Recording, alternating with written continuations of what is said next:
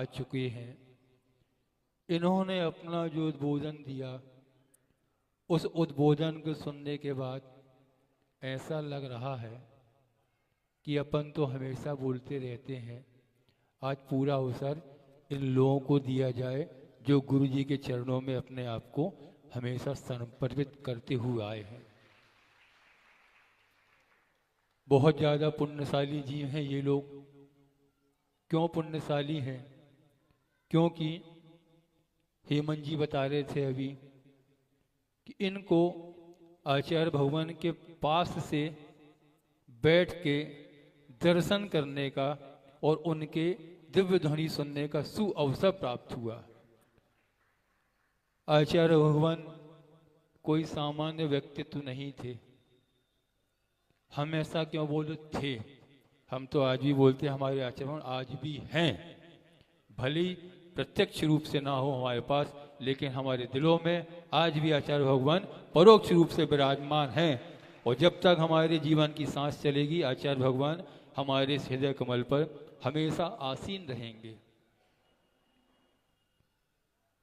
गुरुओं के उपकार के लिए कहा जाता है, अतः सागर में जल राशि है, उस जल राशि को यदि कलम में भरा जाए, एक एक बूंद के माध्यम से भरा जाए, और गुरुओं के गुणगान को यदि लिखना प्रारंभ किया जाए, तो यह धरती भी कम पड़ेगी और समुद्र की जल राशि भी कम हो जाएगी, लेकिन हम गुरुओं के उपकारों को कभी लिख नहीं पाएंगे। ऐसे महान व्यक्तित्व के धनी हमारे और आप सबके आचार्य परमश्री भगवान गुरु श्री विद्यासागर जी महामुनिराज। हम गत 6-7 दिनों में मंत्री जी को 2-3 बार सुन चुके। अभी विधान के बीच में भी इन्होंने कहा, आज पुनः इन्होंने कहा। इनका एक शब्द मेरे मन को बहुत हृदय से प्रभावित कर गया। इस बात को जैन समाज के लोग बहुत अच्छे से समझ सकते हैं। मंत्री जी जब भी आचार्य भगवान का नाम लेते थे तो उसके पहले 1008 कहते थे। समझ गए ना आप लोग? 1008 का मतलब क्या होता है? जो अभी तो मात्र 108 के रूप में है, लेकिन आगे आने वाले भाव में वह जरूर 1008 के रूप में इस धरा पर आएंगे और इस धरा को पुनः पुण्यवान करेंगे। क्या कहें, कितना कहें? यदि गुरु जी के लिए आप हमें समय दे दो, यदि आपको किसी प्रकार का विकल्प ना हो, और यदि आपको हमारे पूज्यवर मुनि से निष्कंप सागर महाराज जी को भी ना सुनना हो, और यदि रात अपने बीच में ये रात्रि बाधा ना डाले, तो जब तक हमारा यहाँ से विहार नहीं होगा तब तक हम अनवरत आचार्य भगवान के गुणगानों का बखान आपके सामने कर सकते हैं। इतने ज़्यादा परोपकारी, इतने ज़्यादा मर्म स्पर्शी, और आचार्य भगवान के बारे में क्या बताएं हम। दीक्षा के उपरांत पूज्यवर निष्कंप सागर महाराज जी आचार्य भगवान के आशीर्वाद से, उनके निर्देशन से मन को मसोसते हुए, ना चाहते हुए भी गुरु की आज्ञा का पालन करने के लिए मात्र 2.5 साल में आचार्य भगवान के आदेश से अन्यत्र राजस्थान की ओर बिहार कर गए। गुरु जी हमेशा कहते थे, जो मेरे पास है लेकिन यही मेरी आज्ञा का पालन नहीं करता, तो मेरे पास रह के भी बहुत दूर है, और जो हमसे बहुत दूर है लेकिन वहाँ भी रह के हमारी आज्ञा को सिरोधार्य कर रहा है, वह हमेशा हमारे निकट है। इसीलिए गुरुजी ने एक सुंदर सा हाइकू लिखा, बहुत प्यारा है। वैसे तो चैसी ने हाइकू लिखा था, जो तिहाड़ जेल में बंदी भाई हैं, उन बंदी भाइयों के लिए सरकार उनको, या आप लोग उनको कैदी बोलती थी, तो आचार्य भगवान ने कहा उनको कैदी नहीं, वे हमारे अपने हैं। किसी कर्म के उदय से आज उस स्थान में जाके, कारावास में जाके सजा को काट रहे हैं, वे उनको आप कैदी ना बोल के बंदी भाई बोला करो। तो गुरुजी ने जब उनके लिए आशीर्वाद के स्वरूप में हथकरघा के प्रकल्प के लिए 2 ब्रह्मचारी भाइयों को भेजा, तिहाड़ जेल बैरक क्रमांक 16। तो वहां पर जब आचार्य भगवान के माध्यम से 2 ब्रह्मचारी भाई गए और उन्होंने वहां पर रहने वाले जो खूंखार बंदी भाई थे, जिन्होंने 1-2 नहीं दहाई की संख्या में अपराध किए, कर्म के वजह से हो गए, कुछ संगति कुछ परिस्थिति के कारण हो गए, लेकिन जब उन कैदी बंदी भाइयों के सामने आचार्य भगवान का यह प्रकल्प पहुंचा और उन्होंने सहजता से स्वीकार किया, आचार्य भगवान के बहुत मार्मिक शब्द उनके लिए पहुंचे थे। समय तो नहीं है, वहां पे जो कुछ मुसलमान भाई थे उन्होंने वहां से पत्र लिखकर भेजा आचार्य भगवान के श्री चरणों में। जाट के मुसलमान थे, तो उन्होंने आचार्य भगवान के लिए पत्र लिखकर भेजा कि हे आचार्य भगवान, हमने अल्लाह को नहीं देखा। मंत्री जी सुनो, वो कैदी भाई कह रहे थे, हे आचार्य भगवान, हमने अल्लाह को नहीं देखा, लेकिन आप हमारे लिए अल्लाह से बढ़ के हमारे लिए आए। तो क्यों आए? क्यों? क्योंकि हम जिस कारण से, जिस अपराध से इस कारावास में सजा काट रहे हैं, यहाँ पे हम 12 से 14 घंटे कार्य करते हैं, तब भी इतनी ज़्यादा कार्य करने के बावजूद भी भारत सरकार हमारे लिए मात्र 60 रुपये प्रतिदिन देती है। यह हम आपको 2016 की घटना सुना रहे हैं। उस समय तक सरकार बंदी भाइयों के लिए जो काम करते थे 60 रुपये प्रतिदिन देती थी, और उसमें से भी 40% उसको देना पड़ता जिसके लिए अपराध करके आए हैं। मतलब उस बंदी भाई के खाते में 36 रुपये दिन जाता था और 24 रुपये दिन जिसके यहाँ अपराध करके आए थे उसके खाते में जाता था। आचार्य भगवान के अंदर करुणा जागी, अनुकंपा के तो धनी थे, उनके अंदर दया ऐसी कूट कूट के भरी थी। आयुर्वेद शास्त्र में आता है, एक मनुष्य के जीवन शरीर में 3.5 करोड़ रोम होते हैं। अब आप समझो कि जिस महामुना के व्यक्तित्व के शरीर में एक एक रोम दया, अनुकंपा और करुणा से भरा हुआ है, वह व्यक्तित्व कितना विशाल धनी होगा। आचार्य भगवान ने मध्य प्रदेश जेल शासन के जो अधीक्षक आए थे, संजय जी चौधरी, उस समय डीजीपी थे मध्य प्रदेश जेल शासन के, उनके सामने बात रखी और आचार्य भगवान ने उनसे कहा कि आप लोग कैदी भाइयों के साथ जो व्यवहार करते हैं वह आप लोग के लिए उचित नहीं है। वह कैदी भाई किसी संगति या किसी कारण से अपराध करके यहाँ आया है, तो उसको अपराध का बोध कराइए, ना कि उसके लिए और अपराध कराने के लिए मजबूर करिए। तो जैसे चौधरी जी ने सुना, बोले आचार्य महाराज, हम आपकी बात, आपके निर्देशन को समझ नहीं पा रहे हैं। तो आचार्य भगवान ने कहा, ये जो कैदी हैं इनका भी भरा पूरा परिवार है, इनके यहाँ भी माता पिता हैं, इनकी पत्नी है, इनके बच्चे हैं, इनकी बहनें हैं। इनके जीवन का यापन कैसे होगा? क्या 36 रुपये प्रतिदिन में इनका घर का निर्वहन हो पाएगा? बताइए, भारत सरकार इसके लिए क्या कर रही है? जैसे ही आचार्य भगवान ने उनके सामने ये बात रखी और संजय जी चौधरी वहां से गए, उसके कुछ दिन बाद 2017 में जब आचार्य भवन का चातुर्मास रामटेक की धरा पर चल रहा था, तो पुनः मोहन जी भागवत जो संघ के प्रमुख हैं, यह आचार्य भगवान से यह व्यक्तित्व लगभग पिछले 35-38 वर्षों से जुड़ा हुआ है।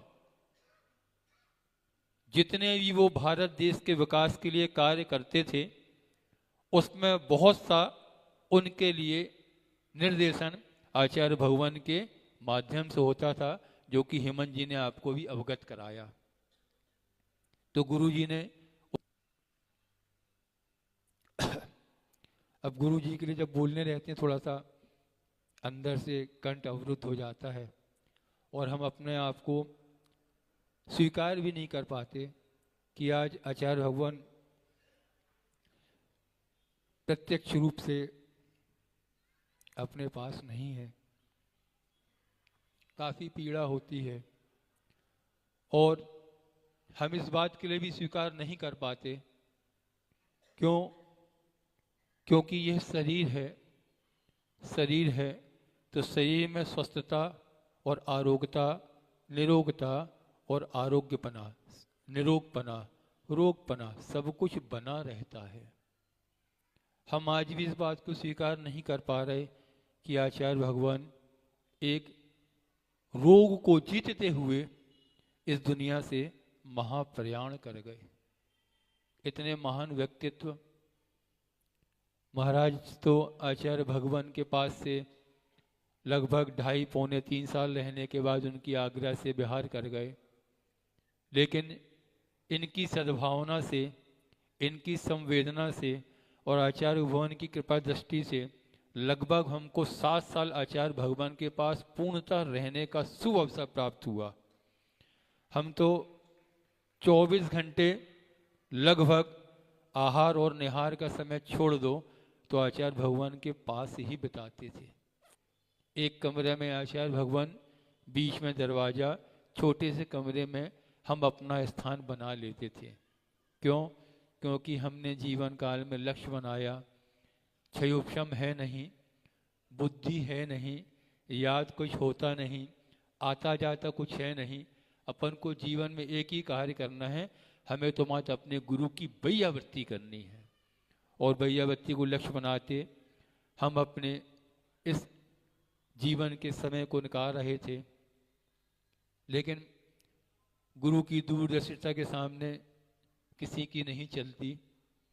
वह समय भी हमारे लिए आ गया जिस समय को हम सहन करने में असमर्थ थे, और गुरु जी की आज्ञा से हमारे लिए भी पृथक संघ बना के बिहार हुआ। यहीं आपके पास 2020 28 जून इंदौर रेवती रेंज से आपके पास में अकोरिया गांव है, यहाँ पर आचार्य भगवान के आशीर्वाद से चातुर्मास संपन्न हुआ था। और वह भी बहुत ऐतिहासिक चातुर्मास रहा उस कोरोना काल में। उसका भी श्रेय था मात्र आचार्य परमेष्ठी भगवान गुरु विद्यासागर जी महामुनिराज। छोटी सी समाज 60-65 घर की, और 11 मुनिराज का 4.5 महीने का चातुर्मास था। हम लोग लगभग वहाँ 6.25 माह व्यतीत किए।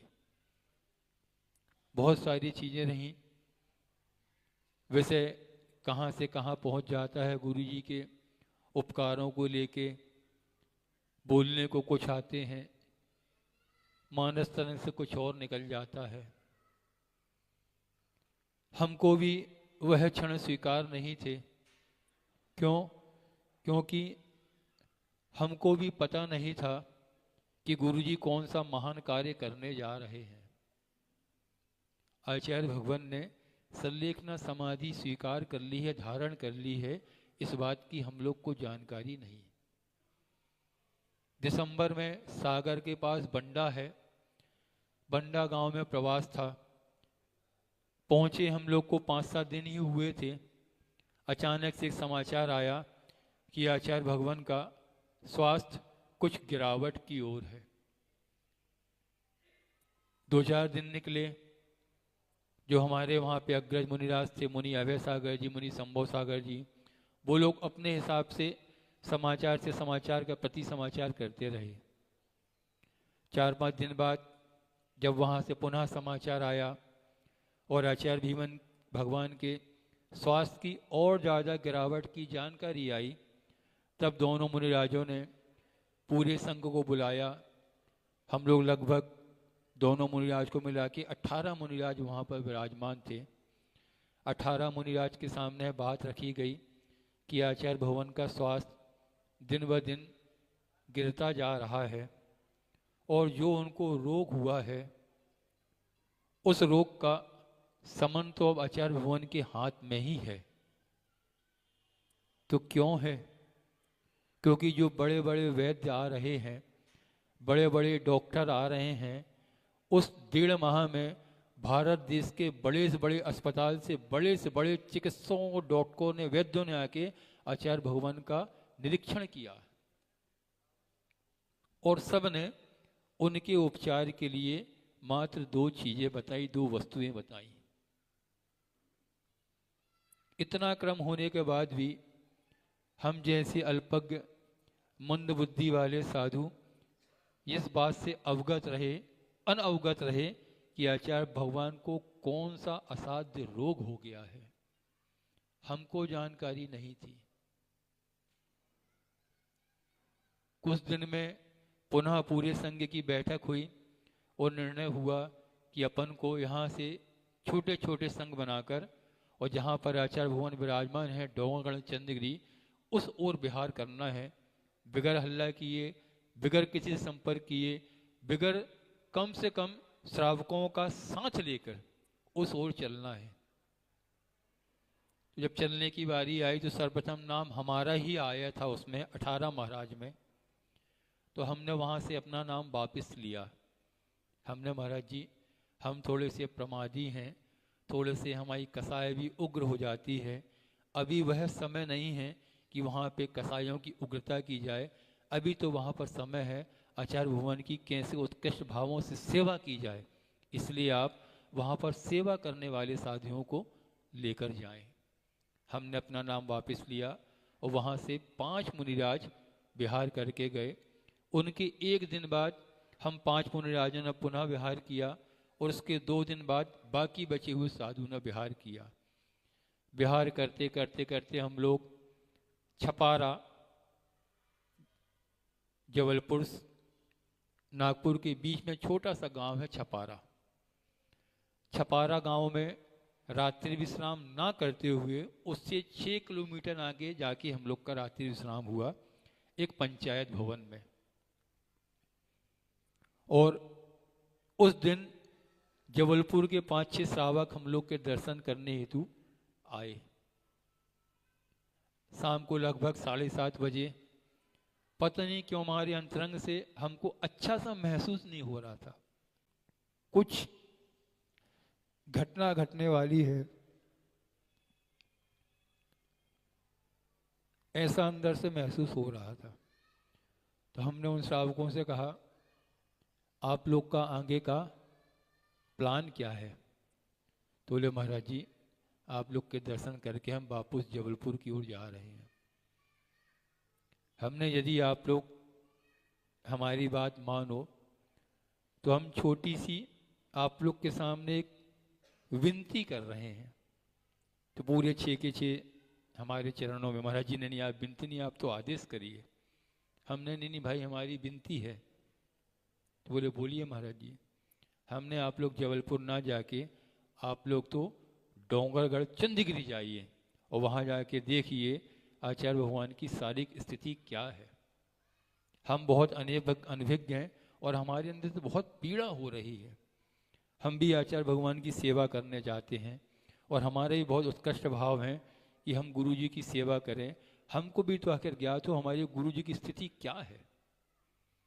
उन 6 के 6 भाइयों ने हमारी बात मानी और उन्होंने जबलपुर ना जाके डोंगरगढ़ चंद्रगिरी की ओर विहार कर गए। रात में लगभग 8:15 बजे हमारा मन नहीं लग रहा था, क्योंकि हम बिहार काल में थे, वो 7:15 7:30 सामयिक में बैठ जाते थे, मन उथल पुथल कर रहा था। हमने प्रयास किया क्यों ना मुनि निष्कंभ सागर महाराज जी से संपर्क किया जाए। क्योंकि ये ऐसे महान पुण्यशाली जीव हैं। ये बाबर हमारे लिए कहते हैं कि हम आचार्य भगवान के पास बहुत पास से रह के सेवा कराए, हमने बहुत पुण्य कमाया।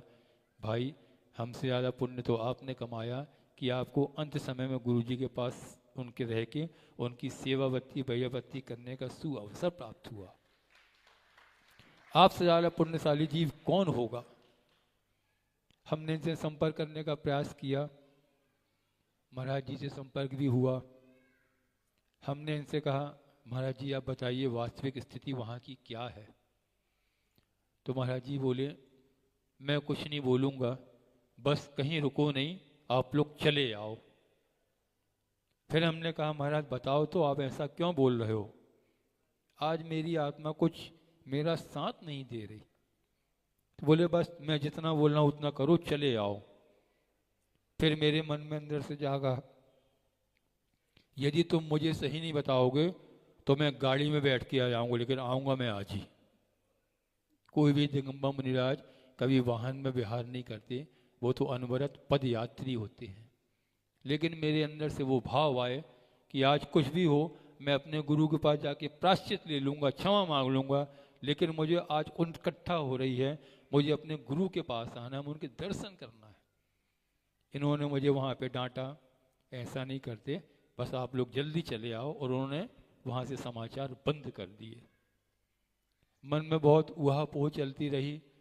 बहुत मुश्किल से 1 घंटे की सामायिक हुई, बहुत मुश्किल से। और जब विश्राम के लिए लेटे तो लेटे लेटे लगभग रात के 12:30 बज गए, नींद नहीं आ रही।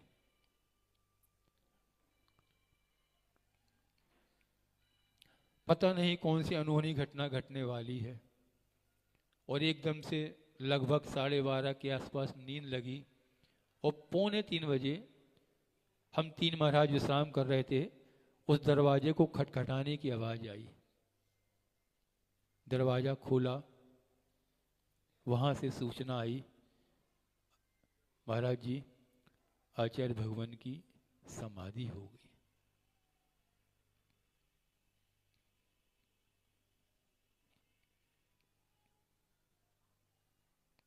जैसे ही सुना तो हमको उस ब्रह्मचारी की बात पे विश्वास नहीं हुआ। हमने हमारी गुरु इतनी जल्दी हमको छोड़ के नहीं जा सकते। अभी तो उनको भारत देश को और ऊंचा लेके जाना है। अभी तो उनको भारत देश में रहने वाले और जीवों का कल्याण करना है। अभी तो उनको अहिंसा का जय घोष करना है। इतनी जल्दी कैसे जा सकते हैं। जो 6 भाई जबलपुर वाले हम लोग ने भेजे, उनसे संपर्क करने का प्रयास किया। वे भी फ़ोन पे मोबाइल पे उनकी आवाज़ सुन रहे थे हम कि महाराज ऐसा हो गया, हमें तुम्हारी बात का विश्वास नहीं है, तुम तो वहाँ पे जाओ और हमको इस मोबाइल के माध्यम से बताओ क्या चल रहा है। बोले महाराज जी 15 मिनट का आप इंतज़ार करिए। 15 मिनट बाद वो वहाँ पहुँचे और जैसे उन्होंने वो दृश्य दिखाया तो हमारे जीवन का सबसे ज़्यादा दुखद क्षण कि आचार्य भगवान समाधिस्थ होकर और सिंहासन पर उनके लिए बाहर विराजमान करा दिया गया है। अब क्या करें, कैसे अपने आप को संभालें। उसी क्षण से हमारे पैरों तले तो जमीन खिसक गई। क्या करें। जो महाराज थे वो बोले छपारा वापस चलो। हमने नहीं, अब तो हम चंद्रगिरी की ओर ही जाएंगे। क्यों? क्योंकि भले ही हमने आचार्य भगवान के पार्थिव शरीर का स्पर्श ना कर पाए हो, लेकिन उस पुण्य धरा का दर्शन करके जरूर आएंगे जहाँ पे आचार्य भगवान ने अपनी इस साधना का महाप्रयाण किया है और संलेखना पूर्वक समाधि की है। हमारी जिद पे और हमारे 4 महाराज हमारे साथ आगे चले। चलते चलते चलते फिर पुनः संकेत आए और हमको वहाँ से वापस आना पड़ा। मन किसी प्रकार से स्वीकार नहीं कर पा रहा था, मन लग भी नहीं रहा था। 18 फरवरी से लेके और 13 जून तक लगभग पौने 5 माह हमारा जीवन तो ऐसे निकला है जैसे कोई सूखी लकड़ी हो। क्यों? क्योंकि आचार्य भगवान प्रत्यक्ष रूप से नहीं थे। क्या करें, इतने पास गुरु जी के साथ रहे, इतने समय तक उनके साथ रहे, हम कैसे स्वीकार कर लें कि हमारे गुरु हमारे पास।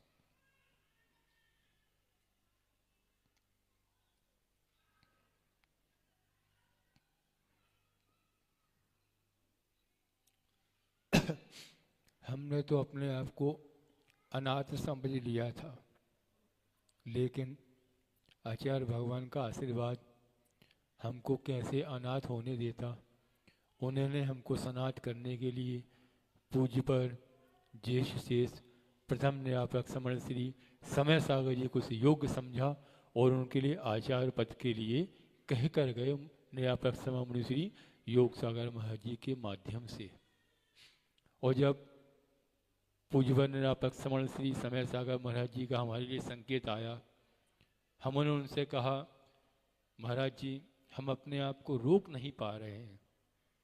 तो बोले, मेरा कहना मानो, मैं बहुत जल्दी तुम्हें वहाँ के दर्शन कराने दूंगा, विकल्प मत करो, अभी जो कह रहा हूँ वो करो।